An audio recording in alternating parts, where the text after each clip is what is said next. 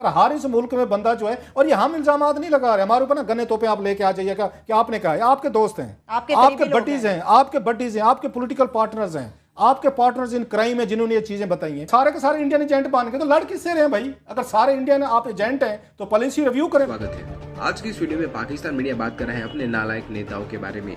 दोस्तों आपको बता दें कि पाकिस्तान में एक फैशन है, पाकिस्तान में अगर कुछ भी गड़बड़ होता है कुछ भी, तो उसका पूरा इल्जाम भारत पर जाता है। अगर आतंकी हमला होता है तो भी पाकिस्तान यही कहता है कि भारत इनको फंड करता है। इतना ही नहीं, सारे के सारे नेताओं ने कहीं ना कहीं एक बार तो एक दूसरे को रॉ का एजेंट बोला ही है। इसी से तंग आकर पाकिस्तान मीडिया को आज गुस्सा आ रहा है और गुस्से में ही पाकिस्तान मीडिया ये कह रहा है कि अगर सारे के सारे रॉ एजेंट है तो फिर हम लड़ी क्यों रहे हैं। पाकिस्तान मीडिया के हिसाब से अगर सारे के सारे रॉ एजेंट है तो इसका एक ही मतलब होता है कि पाकिस्तान की सारी नीतियां भारत बनाता है, पूरा पाकिस्तान कहीं ना कहीं भारत ही चला रहा है। दोस्तों गौर करने वाली बात यह है कि पाकिस्तान को अभी तक एक भी ऐसा नेता नहीं मिला है जो पाकिस्तान को ऊपर की तरफ ले जाए, पाकिस्तान को सही राह दिखाए। इसी बात को लेकर पाकिस्तान मीडिया में और भी क्या चर्चा हो रही है वो देखने के लिए शुरू करते हैं इस वीडियो का अगला भाग। वीडियो दिखाई है, शॉर्ट दिखाया जुल्फिकार मिर्जा साहब का, उज़ैर बलोच के एतराफात एक जानिब, जुल्फिकार मिर्जा साहब की बातें एक जानिब, क्या समझते क्या होगा? मैं कोई ऐसी चीज़ रहे तो नहीं कि जिसमें बंदा शॉक्ड हो बहुत ज़्यादा कि आपको धचका लगे, आप कोई रह नहीं किया, तो क्या फिर अब ये मुल्क जो है ये फ़ौरन यहाँ पे उसको एजेंट्स चला रहे हैं? ये कोई आम आदमी नहीं है। लोग बड़ा हंसेंगे, छोड़ो जी मिर्ज़ा साहब ने कह दिया, ये मिर्ज़ा साहब नहीं है भाई, खुदा का खौफ करें। वो जरदारी साहब के सबसे करीबी दोस्त रहे हैं और प्लस वो होम मिनिस्टर रहे हैं आपके सिंध के। उनसे बेहतर कौन जानता था कि वहाँ पे क्या चीज़ें हो रही हैं? अगर इस मुल्क का जो प्रेसिडेंट रहा है उनका दोस्त ये कह रहे हैं ये भी अब राक एजेंट है, ये इंडियन एजेंट है। आपको याद है मुस्तफा कमाल ने क्या कहा था? उन्होंने रहमान मलिक साहब के बारे में कहा था कि आके हमें ब्रीफिंग दी थी उन्होंने, वहाँ पे वो लंदन से आए थे कुछ, और कैसे वहाँ पे बताया गया था कि इंडियन जो उसमें पैसा आना था एमक्यूएम के पास।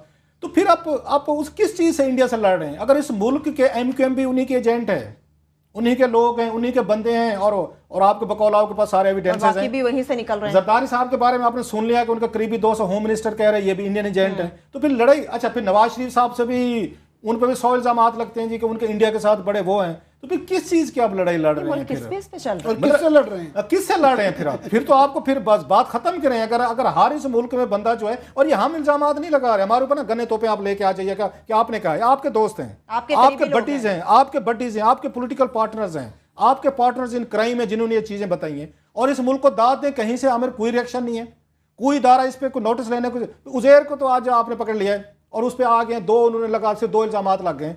डॉक्टर आसिम पे इस पर ज्यादा खौफनाक इल्जाम थे अगर माना जाए।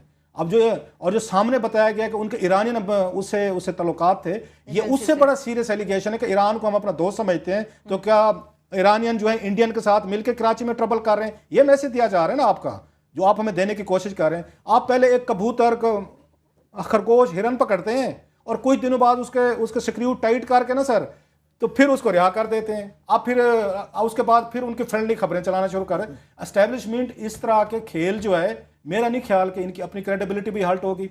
लोगों को पहले पकड़ते हैं, उठाते हैं, गायब करते हैं, उनके जीएटी बनाते हैं, उसके बाद ब्लैक लिखते हैं जी कि इनके कमेंट्स ब्लैक, फिर उनकी जमानतें करवाते हैं, उनकी हेल्प करते हैं, वापस ले आते हैं, एक नया तोता पकड़ लेते हैं और हमें ट्रक की बत्ती के पीछे लगा दिया जाता है कि अब इस ट्रक के पीछे आपने चलना है। और हम भी सारे के सारे उसी ट्रक के पीछे हम सहाफत करते पीछे चल पड़ते, वो टी करते, हम भी उसके पीछे लग पड़ते हैं कि एस्टेब्लिशमेंट ने नया ट्रक दे दिया, बत्ती का भी बता दे, सामने बत्ती जा रही है।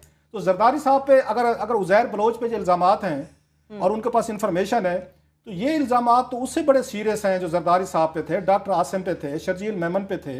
उनको आप मतलब रिहा करवाते जा रहे हैं, उनको अस्पतालों में भी रख रहे हैं। मतलब मैं ये कहना नहीं चाहता, ये सारी चीज़ें सुन के आई एम शॉक्ड कि हमारी नस्लों ने यहीं रहना है, हमने यहीं रहना है, और हमें जो इस मुल्क को चला रहे हैं, चाहे वो एस्टेब्लिशमेंट का खेल हो, चाहे हमारे पॉलिटिकल इलीट को, this country is in A danger. हम अपनी नस्लों के लिए क्या छोड़ के जा रहे हैं ना, सारे के सारे इंडियन एजेंट बन के, तो लड़ किससे रहे हैं भाई? अगर सारे इंडियन आप एजेंट हैं तो पॉलिसी रिव्यू करें फिर बैठ के सारे। और जनरल मुशर्रफ साहब जो इनके सबसे बड़े लाडले थे एस्टेब्लिशमेंट के, आज भी हैं, उस पर बात ना करो। उनके दौर में सबसे ज्यादा एमक्यूएम रिलेटेड इंडिया फंडिंग की बातें होती हैं।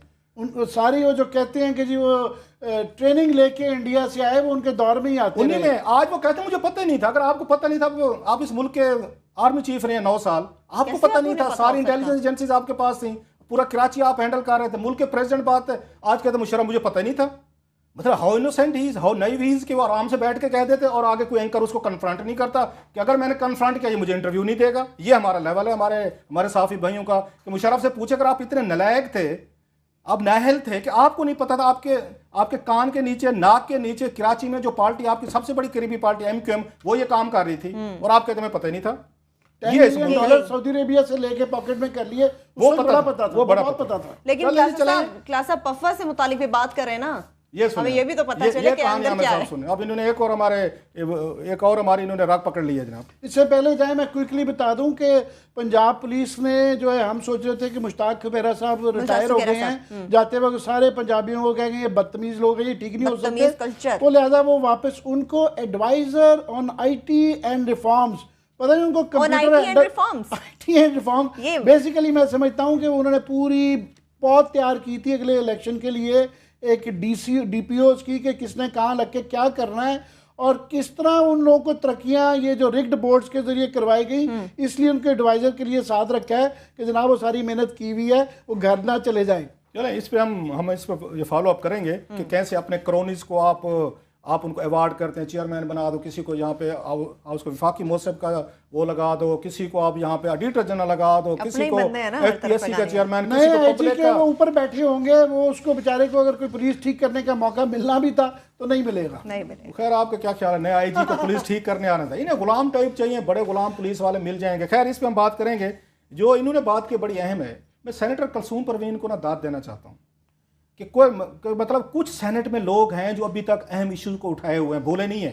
हालांकि इस इशू को डंप करने के लिए जो फॉरेन ऑफिस का स्कैंडल है, जो फैसल मुश्ताक के साथ इन्होंने एजाज चौधरी साहब और उनकी मिसेस साहबा जो हैं, जो यहाँ पे अरबों रुपए का प्लाट दे के गई है फैसल मुश्ताक को, बहुत बड़ा स्कैंडल जिसपे ना अदालतों को फिक्र होती है, ना सेनेट ऑफ पाकिस्तान में मामला किया, और वहां पे दाद दे तला महमूद को हमारे प्रोग्राम में बढ़के मार के गया था किसी दिन, उसका चलाते हैं मुझे इतनी बढ़के मार के गए तला महमूद साहब। अब वो सबसे ज्यादा तला महमूद साहब लॉबिंग कर रहे हैं कि फैसल मुश्ताक को कुछ नहीं कहना, रूट्स ये मिलेनियम वालों को, फॉरेन ऑफिस को कुछ नहीं कहना। मतलब इतनी हमारे यहाँ ये डबल टॉक है, बंदा हैरान हो। तो हमारे शो में कह के गए बड़ी बड़ी बातें, वो तला महमूद साहब इस वक्त सबसे बड़े उनके मुहाफिज बने हुए एजाज चौधरी के, यहाँ कुछ ना हो, और यहाँ पे फैसल मुश्ताक के और उनकी जो सास है रहीला मक्सी साहबा मिल के उन्होंने कहा जनाब अरबों हैदराबाद के जलसे में उन्होंने अपने सन इन लॉ को बुलाया हुआ था प्राइम मिनिस्टर से मिलाने के लिए कि जरा जनाब ये मसला हल करा। अब कुलसूम परवीन भी उस कमेटी के मेंबर है जिसपे तला महमूद साहब बिल्कुल बैठ गए हैं कि मैंने कोई एक्शन नहीं होने देना फैसल मुश्ताक पे और फॉरेन ऑफिस पे। उसको एजाज चौधरी को तो इनाम दे दिया कि आप यहाँ पे अरबों रुपए का स्कैंडल करो, अमेरिका में हमारे सफीर लग जाओ।